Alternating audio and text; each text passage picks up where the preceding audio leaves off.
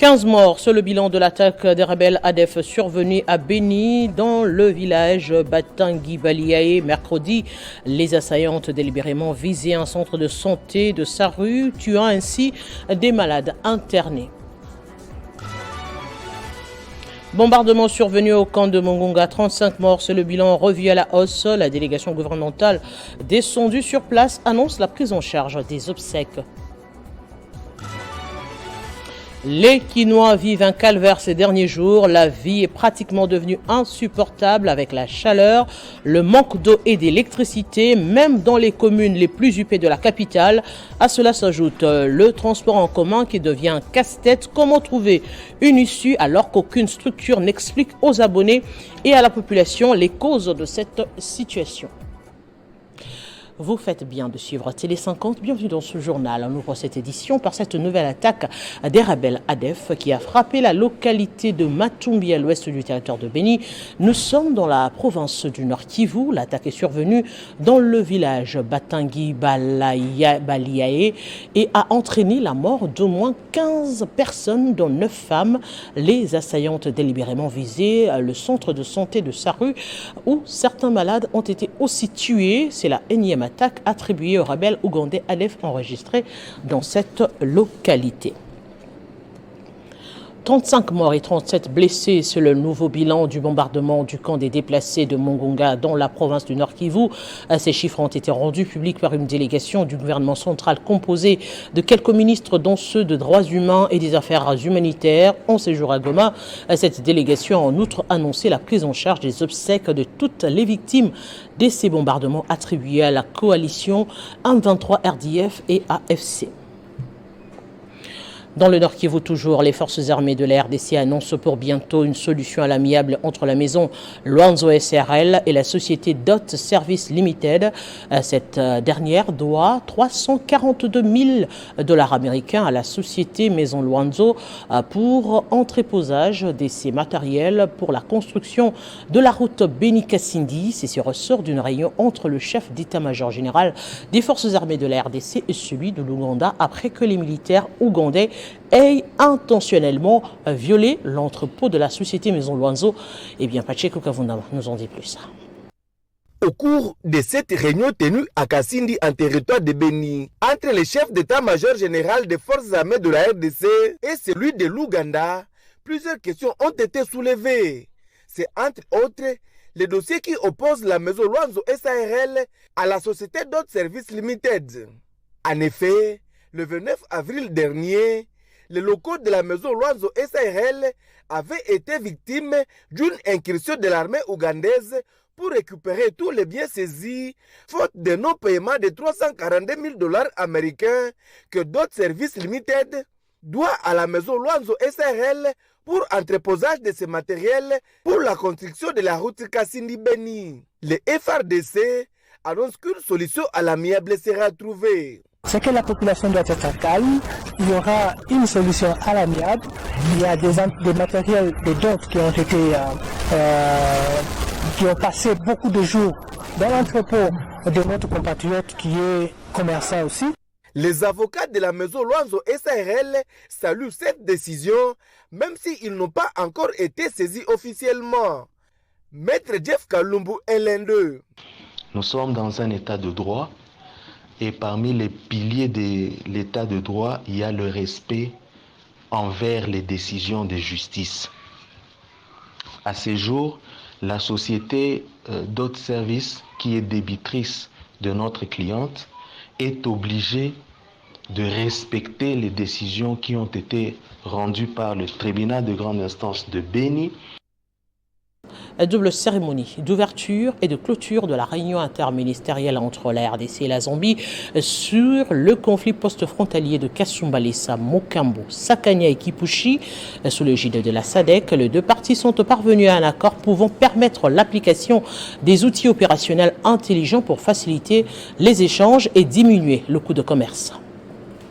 Les pays de la communauté de développement d'Afrique australe SADC, à savoir la République démocratique du Congo et la Zambie, dont les ministres ayant dans leurs attributions les questions liées au commerce, transport, infrastructure et sécurité, se sont réunis au Pullman Hotel de Kinshasa ce jeudi 9 mai 2024 en groupe de travail pour débattre des problèmes rencontrés au poste frontalier de Kasumbalesa, Sakania, Mokambo et Kipushi et proposer des solutions idoines pour faciliter le commerce transfrontalier et activer l'intégration régionale. Ces assises ont abouti à un accord signé par le vice-premier ministre en charge de l'Intérieur et Sécurité, Peter Kazadi Kankonde, et les ministres zambiens des Affaires intérieures afin d'apporter des solutions idoines aux questions liées à la sécurité des transporteurs, à la multiplicité des taxes et des points de péage, aux heures d'ouverture et des fermetures de la frontière, au nombre de services qui opèrent à la frontière et tant d'autres. La signature du dit accord est intervenue en présence des plusieurs membres du gouvernement, dont les ministres d'État en charge de l'intégration régionale, celui des infrastructures et du transport. Cette réunion interministérielle a été précédée des rencontres des experts et hauts fonctionnaires des deux pays sous l'égide de la SADC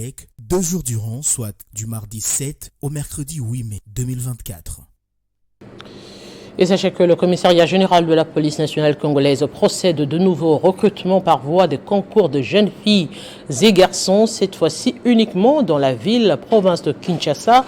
Les candidats intéressés doivent répondre aux conditions suivantes: être de nationalité congolaise, être âgé de 18 à 35 ans ou plus. Récit de Jenny Kayembe.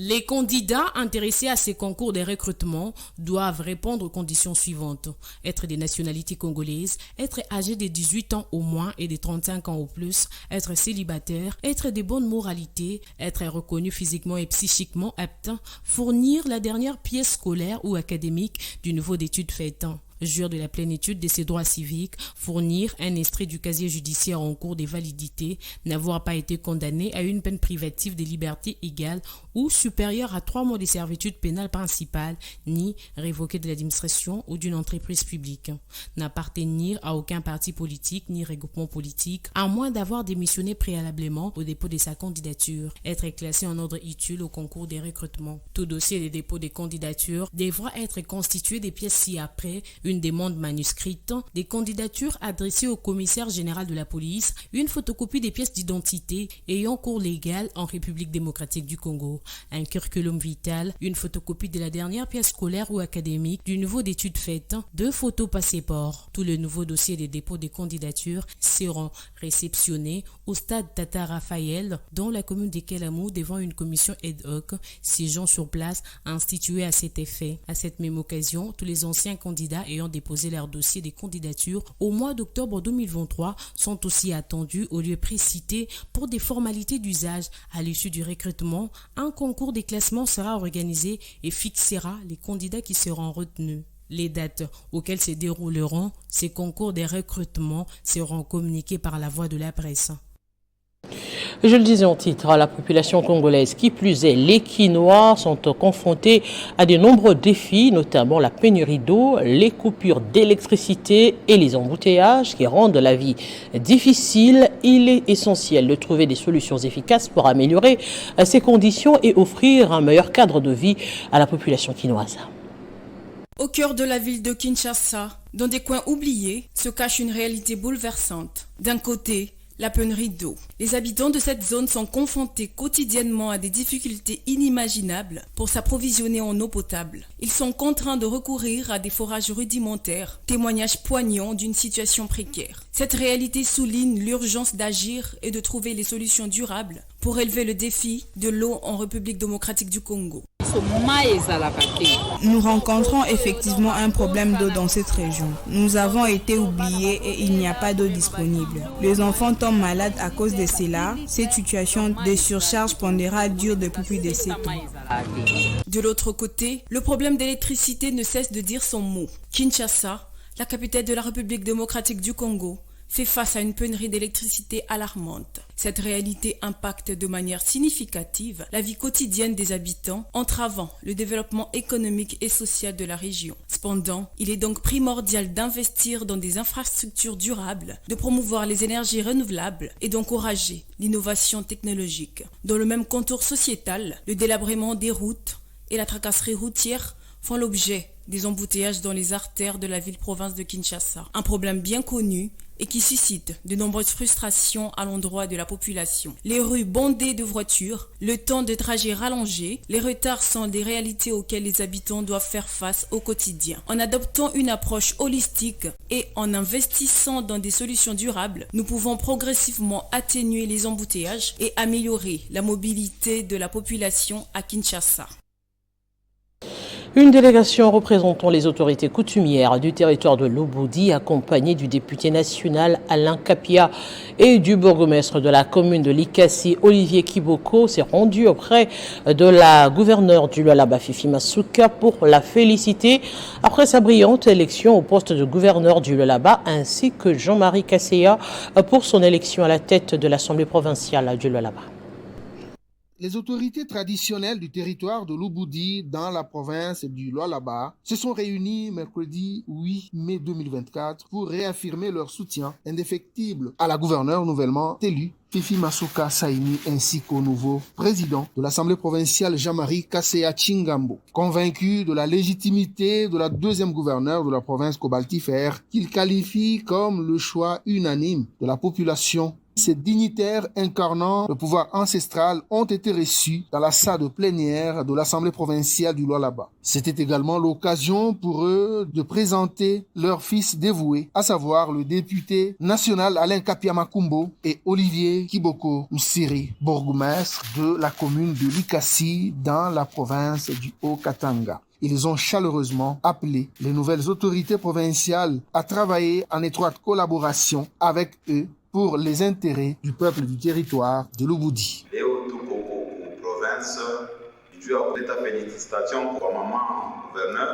Unanimes dans leur soutien, tous les chefs coutumiers du territoire de l'Oboudi ont exprimé leur adhésion totale à la vision du président Tshisekedi, incarné en province par Masuka Saini et Kasseya Chingambo. Ils ont ensuite demandé à la gouverneure de province de pardonner les fils et filles du territoire de l'Oboudi qui se sont y a peu illustrés par une opposition injustifiée au nom de leur appartenance politique, tout en soutenant que Luanzo Luamikuba n'est pas au-dessus des chefs coutumiers qui, du reste, sont leurs parents. Si basultani bote bakolubudi okunyuma ya mama Fifi. Mama we ana nguvu.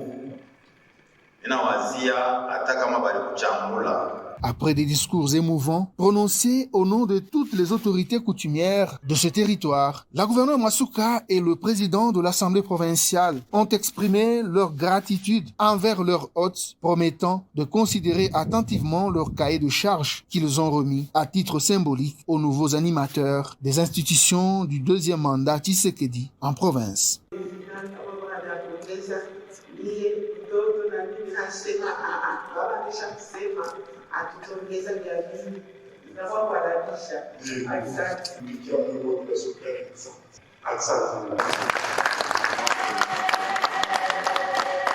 La réunion s'est clôturée par une séance photo de famille, scellant ainsi l'engagement mutuel entre les acteurs politiques et traditionnels. On va prendre cet accueil du nouveau vice-gouverneur du Lomami par la Fédération de l'Alliance des Forces démocratiques du Congo à l'occasion de son élection. Mwenze Wakadi Le Rossen a profité de l'occasion pour exprimer sa gratitude envers le chef de l'État et l'autorité morale de son parti, Modeste Bahati.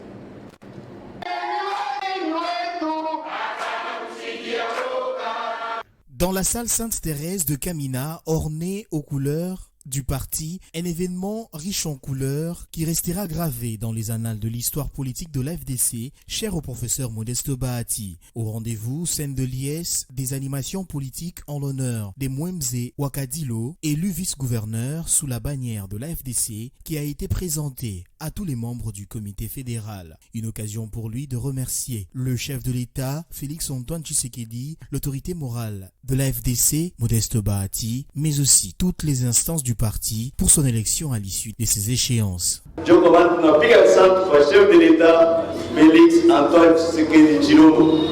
À travers ce message, je rends hommage au chef de l'État, son Excellence Félix-Antoine Tshisekedi Tshilombo. Je remercie également l'autorité morale de notre regroupement, le professeur Modeste Bahati Lukwebo, pour les choix portés à notre personne. Nous sommes là pour travailler selon la vision du chef de l'État et imprimer une nouvelle image à la tête du Haut-Lomami. Nous avons besoin du concours de tous pour réussir notre mandat. Je tiens également à vous remercier, très chers camarades, pour votre accompagnement. Voilà pourquoi je voudrais vous demander de nous souder les coudes pour le bien de la province. Cette rencontre riche en couleurs s'est clôturée par une photo de famille. Et envie de définir les termes de collaboration entre le Fonds forestier national et la Direction générale de recettes administratives, un séminaire en matière de taxation des assujettis a été organisé durant 2 jours au siège du FFN. Lors de ces assises, le directeur général du FFN, Honoré Moulumba, a évoqué les questions relatives au crédit carbone. Les experts du Fonds forestier national et la DGRAD ont entamé des discussions dans le cadre de la commission mixte en matière de taxation des assujettis. Des pourparlers qui permettront notamment de définir les termes de collaboration entre ces 2 institutions afin d'atteindre les prévisions budgétaires fixées par la loi des finances 2024. Nous sommes en train de parler de la manière dont nous devons collaborer ensemble et voir comment gérer ensemble, n'est-ce pas, les assujettis, pour qu'à chaque fois qu'il y a déboisement, nous puissions être capables d'avoir, n'est-ce pas, leurs déclarations et puis avoir des notes de débit et des notes de perception pour que l'État puisse fonctionner et pour que nous puissions reboiser. S'agissant du dossier relatif au crédit carbone qui fait couler encre et salive, le directeur général du FFN, Honoré Moulumba Kalala, rassure qu'une solution sera trouvée. Ce qui est important de savoir, c'est que c'est un droit de payer au fonds forestier le 10%, n'est-ce pas, par rapport au crédit carbone. Mais nous avons privilégié l'entente, la collaboration, ou si vous voulez, la voie politique avec le ministre d'État que nous avons rencontré avec le DGA.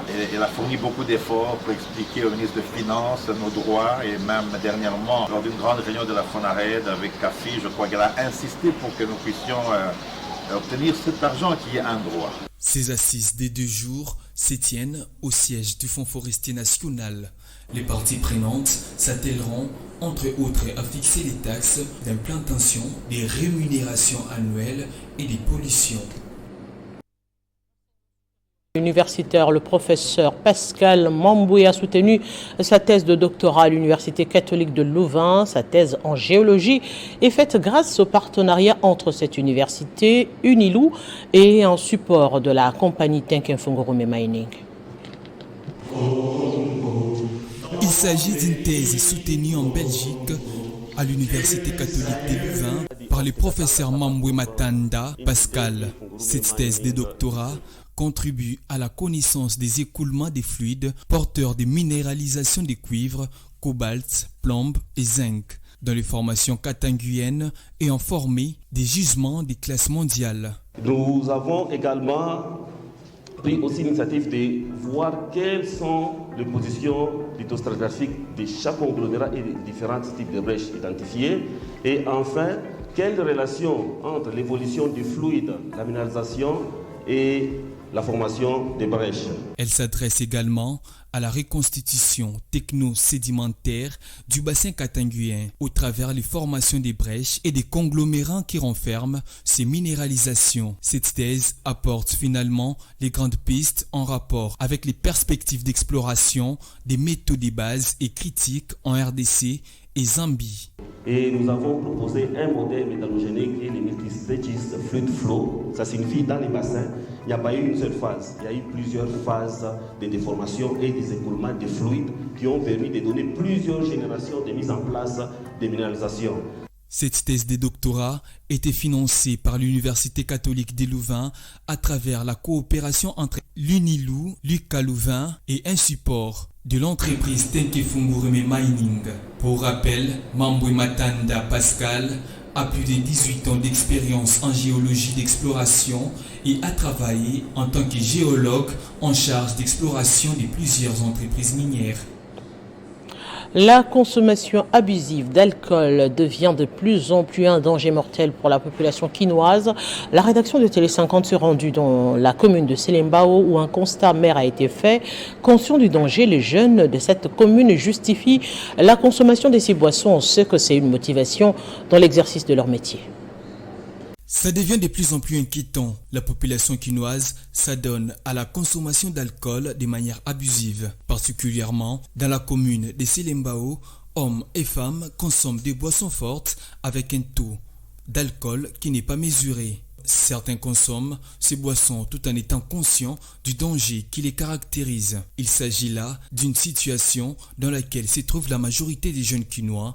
À ces jours, même les universités sont inondées des bistrots et des bars où les jeunes étudiants consomment régulièrement de l'alcool. La majorité des consommateurs, particulièrement ceux qui œuvrent dans les travaux manuels, pensent que ces boissons les aident à être efficaces dans ce qu'ils font.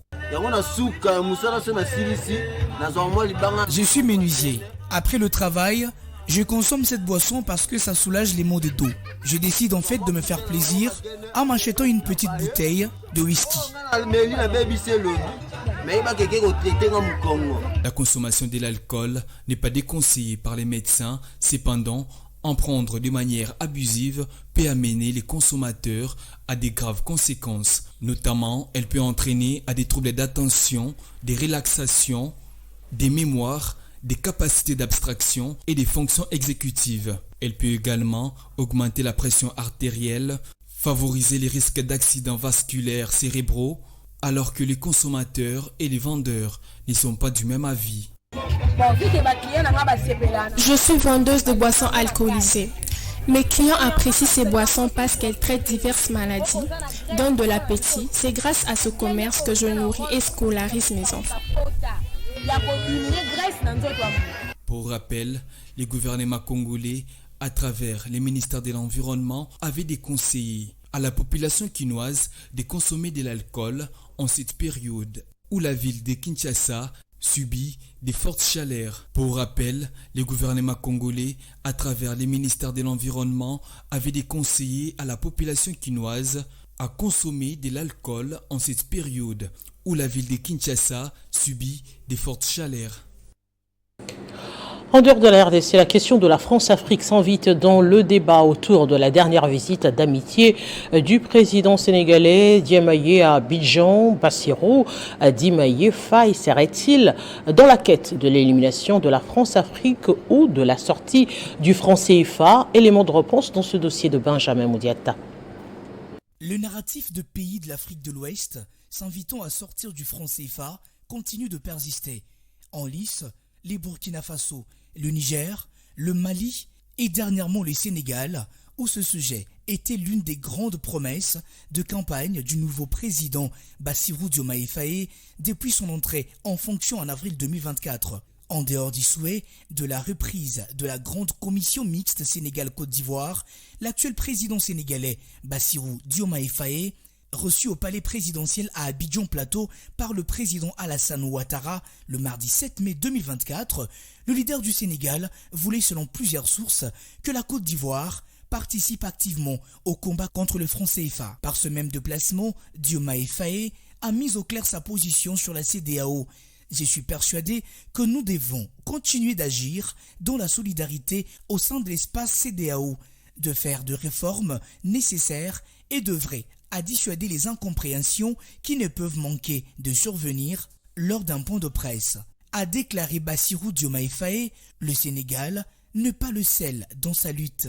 Le Mali, le Burkina Faso et le Niger ont également évoqué la sortie du franc CFA et la création d'une monnaie commune à leurs trois pays. Né le 26 décembre 1945, les francs CFA a un fonctionnement basé sur un taux d'échange fixe avec l'euro. Et son principal inconvénient est qu'il empêche les États concernés de mener une politique monétaire autonome et durable, différente de celle de la zone euro. Il est temps de revenir sur les titres d'actualité. 15 morts, c'est le bilan de l'attaque des rebelles ADF survenue à Beni dans le village Batangui Baliaé mercredi. Les assaillants ont délibérément visé un centre de santé tuant ainsi des malades internés. Bombardement survenu au camp de Mongonga, 35 morts, le bilan revu à la hausse. La délégation gouvernementale descendue sur place annonce la prise en charge des obsèques.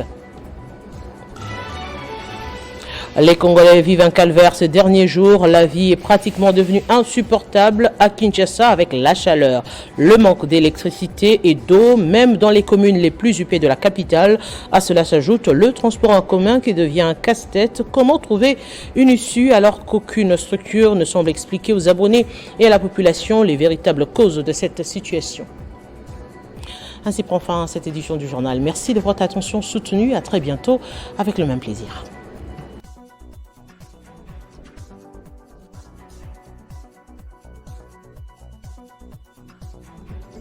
Retrouvez toute l'actualité en continu sur www.tele50.cd.